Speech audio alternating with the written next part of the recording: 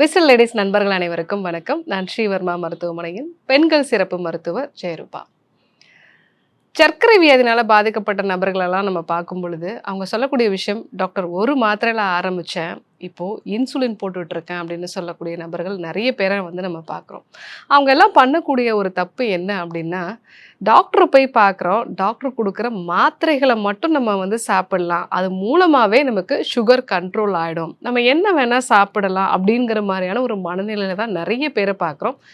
Sugar கண்ட்ரோலே ஆகலைன்னு சொல்லக்கூடிய நபர்களில் நம்ம பார்க்கக்கூடிய மிக முக்கியமான பிரச்சனை அவங்களுடைய உணவு முறைகள் தான். நீங்கள் சாப்பிடக்கூடிய மாத்திரைகள் உங்களுடைய ரத்தத்தில் இருந்து சர்க்கரையை திசுக்களுக்கு மட்டும்தான் கடத்தும். அந்த சுகரை வேறு எங்கேயும் எடுத்துகிட்டு போகாது, நம்மளுடைய உடம்புலே தான் வந்து கொண்டு போகும்.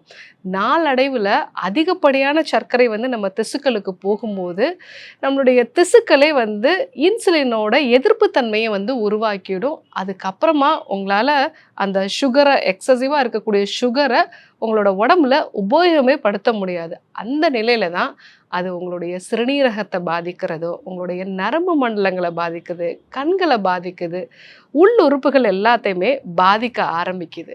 ஸோ நம்ம பண்ண வேண்டிய விஷயம், நம்ம ரத்தத்தில் சர்க்கரை அதிகரிக்கிறத குறைக்கிறது தான். இதை எப்படி பண்ண முடியும்? உணவின் மூலமாக மட்டும்தான் இதை நம்மளால் பண்ண முடியும். சர்க்கரை நோய் கட்டுப்பாடு அப்படிங்கிறது 80% உணவின் மூலமாக தான் நடக்கும். ஸோ நீங்கள் என்னென்ன உணவுகள் எடுத்துக்கிறீங்க அப்படிங்கிறத பொறுத்து தான் உங்களுடைய சர்க்கரை வந்து கட்டுப்பாட்டுக்குள்ளே இருக்கா இல்லையா அப்படிங்கிறத வந்து தீர்மானிக்கிறது.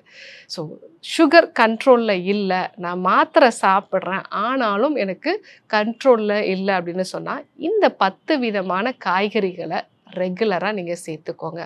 ஸோ உங்களுடைய சுகர் நல்லா கண்ட்ரோல் ஆகிறத பார்க்கலாம். ஸோ அந்த வகையான காய்கறிகள் என்னென்ன அப்படிங்கிறத நம்ம பார்க்கலாம். அது மட்டும் இல்லாமல் சுகரை கண்ட்ரோல் பண்ணுறதுக்கான ஒரு மெடிக்கலி ப்ரூவன் 3 மெத்தட்ஸ் பற்றியும் நம்ம வந்து லாஸ்ட்டாக பார்க்க போகிறோம். காய்கறிகளை பொறுத்த வரைக்கும் அதில் நார்ச்சத்து அதிகமாக இருக்கும். ஸோ அதனால் அது சுகரை கண்ட்ரோல் பண்ணுறதுக்கு ரொம்பவே யூஸ்ஃபுல்லாக இருக்கும். ஸோ முதல் காய்கறி என்ன அப்படின்னு பார்த்தீங்கன்னா, கோவைக்காய். இந்த கோவைக்காய் அப்படிங்கிறது அதில் இருக்கக்கூடிய கிளைகோசைட்ஸ் வந்து நம்முடைய கணைய செல்களில் இருக்கக்கூடிய வீக்கத்தை வந்து குறைக்குது, இன்ஃப்ளமேஷனை வந்து குறைக்குது அப்படிங்கிற மாதிரி ஒரு ஆய்வறிக்கைகள்லாம் வந்து இருக்குது. அதாவது டபுள் பிளைண்ட் பிளாசிபோ அப்படிங்கிற ஒரு ரிசர்ச் வந்து பண்ணுவாங்க. ஒரு குரூப்பில் இருக்கிறவங்களுக்கு ஒரு ஃபுட்டு வந்து கொடுப்பாங்க, இன்னொரு குரூப்பில் இருக்கக்கூடிய பீப்புளுக்கு அதே ஃபுட்டு அது கூட வந்து இந்த கோவைக்காயும் சேர்த்து வந்து கொடுப்பாங்க. ஸோ இந்த 2 பிரிவினரையும் வந்து பரிசோதனை பண்ணி பார்த்ததில் இந்த கோவைக்காய் எடுத்துக்கிட்ட நபர்களுக்கு வந்து சர்க்கரையோட கட்டுப்பாடு கொஞ்சம் பெட்டராக இருக்குது. ஸோ அதனால் இந்த கோவைக்காய் எடுத்துக்கும் போது உங்களுடைய இந்த பேன்க்ரியாஸில் இருக்கக்கூடிய இன்ஃப்ளமேஷனை குறைக்கிறதுனால உங்களுக்கு சுகர் கொஞ்சம் கண்ட்ரோல் ஆகும். நீங்கள் டெய்லியுமே ஒரு 100 கிராம் அளவுக்கு கோவைக்காய் வந்து கொஞ்சம் வேக வச்சு, அதிகமாக வறுக்காமல் நீங்கள் வேக வச்சு சாப்பிட்டீங்க அப்படின்னா உங்களுடைய சுகர் நல்லா கண்ட்ரோல் ஆகிறத பார்க்கலாம். 2வது வாழைத்தண்டு. இந்த வாழைத்தண்டில் கரையாத நார்ச்சத்துக்கள் அதிகமாக இருக்குது. இது நம்மளுடைய ரத்தத்தில் இருக்கக்கூடிய சுகரை வந்து சிறுநீர் மூலமாக வந்து வெளியேற்றக்கூடிய ஒரு தன்மை இதற்கு உண்டு.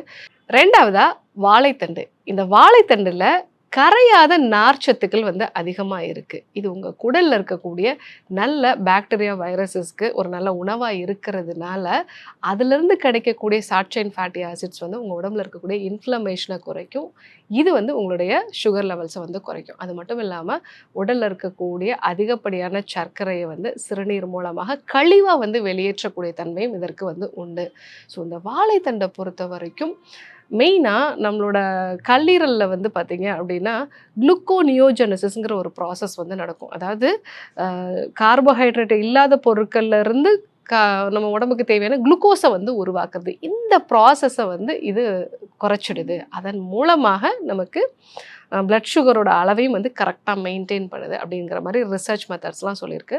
ஸோ வாரத்தில் ஒரு 2 நாள் 3 நாளாவது வாழைத்தண்டு பொரியலாக செஞ்சு சாப்பிட்றது, இல்லை வாழைத்தண்டு பருப்பு கூட்டாக வந்து நீங்கள் எடுத்துக்கிட்டீங்க அப்படின்னா உங்களுடைய சுகர் நல்லா கண்ட்ரோல் ஆகிறத பார்க்கலாம்.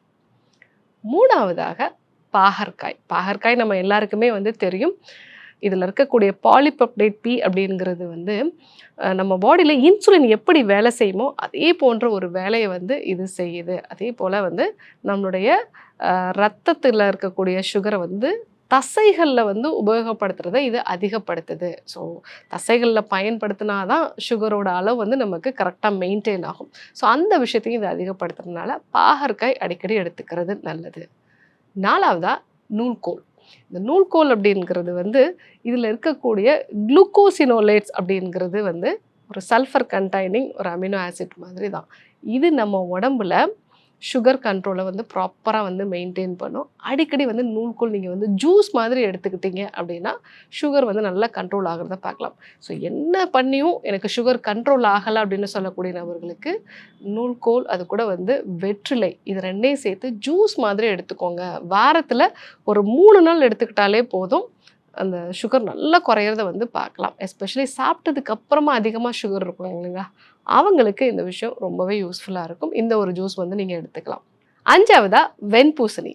வெண்பூசணி அப்படிங்கிறதுல 95% வந்து நீர்ச்சத்து தான் இருக்குது. கொஞ்சம் கரையக்கூடிய அதே மாதிரி கரையாத நார்ச்சத்துக்களும் வந்து இருக்குது. இது வந்து ஒரு அல்கலைன் உணவுப் பொருளும் கூட. அதாவது நம்மளுடைய பாடியில் பிஹெச் லெவலை வந்து கொஞ்சம் அல்கலைனாக வந்து மாற்றக்கூடிய ஒரு உணவுப் பொருள். ஸோ பாடியில் நம்ம சாப்பிடக்கூடிய எல்லாமே வந்து அசிடிக் நேச்சராக இருக்கும். அதனால தான் நம்மளுடைய ரத்த நாளங்கள்லையும் செரிமான மண்டலங்களையும் ஒரு இன்ஃப்ளமேஷனை வந்து கிரியேட் பண்ணும். பட் நம்ம வெண்பூசணி எடுத்துக்கும் பொழுது அந்த இன்ஃப்ளமேஷன்லாம் வந்து குறையும். அது மட்டும் இல்லாமல் இதில் கலோரி சத்து ரொம்பவே கம்மி தான். சாப்பிட்ட உடனே நம்மளுடைய ரத்த சர்க்கரை வந்து அதிகப்படுத்தாது. இன்னொரு முக்கியமான விஷயம், உடலுக்கு நல்ல குளிர்ச்சியும் வந்து கொடுக்கக்கூடியது. வெண்பூசணி சாம்பாரில் போட்டு நம்ம வந்து கொஞ்சம் வாரத்தில் ஒரு 2 நாள் 3 நாள் நம்ம வந்து சாப்பிட்டோம் அப்படின்னாலே நம்மளுடைய சுகர் நல்லா கண்ட்ரோல் ஆகிறத பார்க்கலாம். 6வதா வெண்டைக்காய். இந்த வெண்டைக்காயில் இருக்கக்கூடிய வளவளப்பு தன்மை, நீங்கள் இந்த வெண்டைக்காயோட ஒரு சாதம் சாப்பிட்றீங்க அப்படின்னா அதில் இருக்கக்கூடிய கார்போஹைட்ரேட் வந்து அதிகமாக அப்சர்வ் ஆகிறதே வந்து இது குறைச்சிரும். இது நம்ம குடலில் ஒரு லேயர் மாதிரி வந்து ஃபார்ம் பண்ணிடும். அதனால் நீங்கள் சாப்பிடக்கூடிய கார்போஹைட்ரேட் வந்து அதிகமாக உங்கள் பாடியில் வந்து அப்சர்வ் ஆகாது. ஸோ கிளைசிமிக் இண்டெக்ஸும் வந்து இதில் ரொம்ப கம்மி தான். அதனால் நீங்கள் வெண்டைக்காய் வந்து அடிக்கடி உணவுலேயும் வந்து சேர்த்துக்கலாம். இல்லை வெண்டைக்காயை பச்சையாகவும் மென்று சாப்பிடலாம். இந்த வெண்டைக்காய் ஊறின தண்ணீர் வந்து எடுத்துக்கலாம். அப்படி எடுத்துக்கிட்டாலும் வந்து உங்களுக்கு சுகர் குறையதை பார்க்கலாம். 7வதா முருங்கைக்காய் இல்லைன்னா முருங்கைக்கீரை. இதில் இருக்கக்கூடிய வேதிப்பொருட்கள் அதில் நல்ல கால்சியமும் இருக்குது, அதே மாதிரி இரும்புச்சத்தும் வந்து இருக்குது. இதுவும் நம்மளுடைய பாடியில் இன்சுலினோட ரெசிஸ்டன்ஸை வந்து கம்மி பண்ணும். இதில் நார்ச்சத்து அதிகமாக இருக்கிறதுனால செரிமானம் ஆகிறதுக்கு கொஞ்சம் டைம் எடுத்துக்கும். ஸோ அப்போது நீங்கள் சாப்பிட்ட உடனே உங்களுடைய பிளட் சுகர் வந்து இன்க்ரீஸ் ஆகாது. ஸோ நம்ம உடம்புல பிளட் சுகர் வந்து இம்மீடியட்டாக இன்க்ரீஸ் ஆகாமல் இருந்ததுனாலே நமக்கு இன்சுலினோட தேவை வந்து கம்மியாக தான் இருக்கும். ஒரு மாட்ரேட்டாக இன்க்ரீஸ் ஆச்சு அப்படின்னா நம்ம எனர்ஜெட்டிக்காகவும் வந்து இருப்போம், சுகரும் வந்து கண்ட்ரோல்டாக இருக்கும். ஸோ இந்த முருங்கைக்கீரை இல்லைன்னா வந்து முருங்கைக்காய் எடுத்துக்கும் போது உங்களுடைய எனர்ஜி லெவலும் நல்லா இருக்கும், இன்சுலினோட தேவையும் வந்து அதிகமாக இருக்காது. 8வதா சவுச்சோன்னு சொல்லுவாங்க, அதாவது பெங்களூர் கத்திரிக்காய்னு சொல்லக்கூடியது. இதில் நல்ல நீர்ச்சத்து அதிகமாக இருக்கும், அதே சமயத்தில் நார்ச்சத்தும் அதிகமாக இருக்கிறதுனால இதுக்கு கலோரி வேல்யூ ரொம்ப கம்மி தான். இதை நம்ம வேக வச்சு வந்து எடுத்துக்கிட்டோம் அப்படின்னா நமக்கு சாப்பிட்ட உடனே ரத்தத்தில் சர்க்கரை அதிகமாகிறது குறையும். ஸோ இந்த காய்கறியும் அடிக்கடி வந்து எடுத்துக்கலாம். 9வதா புடலங்காய். இந்த புடலங்காயில் வந்து நீர்ச்சத்து வந்து அதிகம். இது நம்ம ரத்தத்தில் இருக்கக்கூடிய சர்க்கரையை வந்து சிறுநீர் மூலமாக அதிகமாக வந்து கழிவுகளாக வந்து வெளியேற்றிடும். ஸோ புடலங்காய் வந்து அடிக்கடி நம்ம எடுத்துக்கும் பொழுதும் சுகர் நல்லா வந்து கண்ட்ரோல் ஆகும். இன்னொன்று, பிஞ்சு புடலங்காயாக வந்து கிடச்சிது அப்படின்னா அதை நம்ம வந்து பச்சையாகவே மென்று சாப்பிட்றதும் கூட சுகரை நல்லாவே வந்து கண்ட்ரோல் பண்ணும். 10வதா கத்திரிக்காய். இந்த கத்திரிக்காயிலையும் வந்து ஆல்ஃபா குளுக்கோசைட்ஸ் அப்படிங்கிற வேதிப்பொருள் இருக்குது. இந்த வேதிப்பொருள் நீங்கள் சாப்பிடக்கூடிய உணவில் இருக்கக்கூடிய கார்போஹைட்ரேட் இமீடியட்டாக சர்க்கரையாக மாறுறதை வந்து குறைக்கும். ஸோ அதை வந்து பேலன்ஸ்டாக வந்து நம்ம பிளட்டில் வந்து சுகரை மைல்டாக தான் வந்து எலிவேட் பண்ணும். ஸோ இந்த ஒரு வேலை செய்கிறதுனால நம்ம கத்திரிக்காயும் வந்து அடிக்கடி வந்து எடுத்துக்கலாம். இந்த 10 விதமான காய்கறிகளை நம்ம டெய்லி ஒரு 3 காய்கறியாவது மதிய உணவில் வந்து சேர்த்துக்கிட்டோம் அப்படின்னா கண்டிப்பாக நம்மளுடைய சுகர் லெவலில் நல்ல சேஞ்சஸ் வரும். நம்ம சமீபமாக சர்க்கரை நோயாளிகளுக்கு வந்து உணவு முறை மாற்றங்களில் முக்கியமான ஒரு விஷயத்த வந்து சொல்கிறோம்.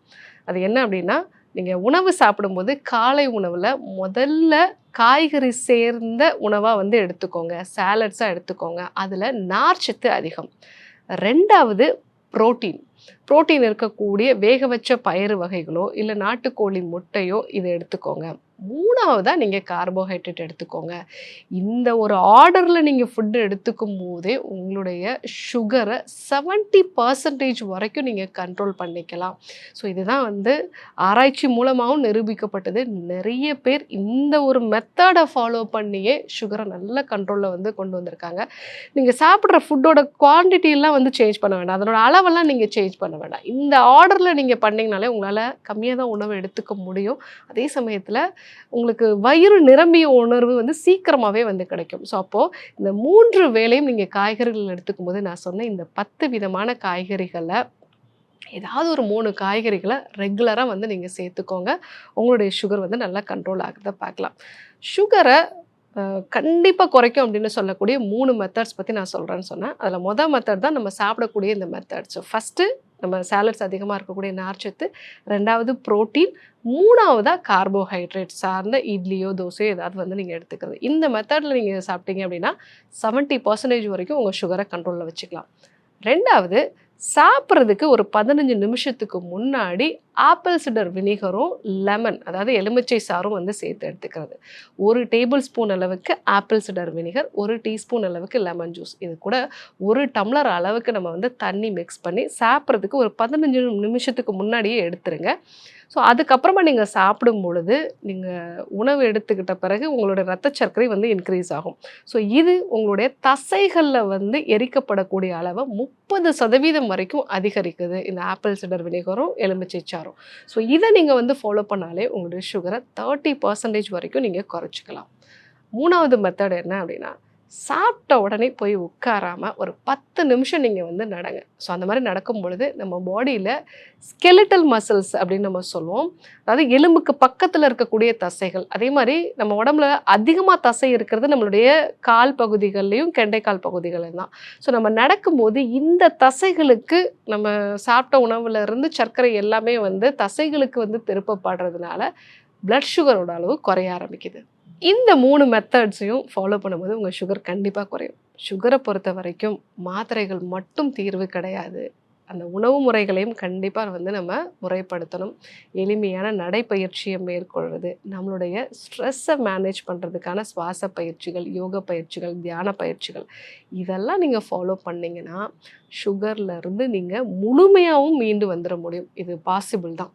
ஸோ இன்றைக்கி சர்க்கரையை கட்டுப்பாட்டுக்குள்ளே கொண்டு வரதுக்கான 10 விதமான காய்கறிகளை பற்றி பார்த்தோம். அதே போல் சர்க்கரை வந்து கண்ட்ரோல் பண்ணுறதுக்கான ஒரு 3 மெத்தட்ஸ் பற்றியும் நம்ம வந்து பார்த்தோம். கண்டிப்பாக ஃபாலோ பண்ணி பாருங்கள். யாருக்கெல்லாம் சுகர் பிரச்சனை இருக்கோ அவங்களுக்கு இந்த விஷயத்த சொல்லுங்கள். மாத்திரை மட்டும் சாப்பிடாதீங்க, இந்த விஷயத்தையும் சேர்த்து ஃபாலோ பண்ணுங்கள் அப்படிங்கிறத அவங்க எல்லாருக்குமே வந்து சொல்லுங்கள்.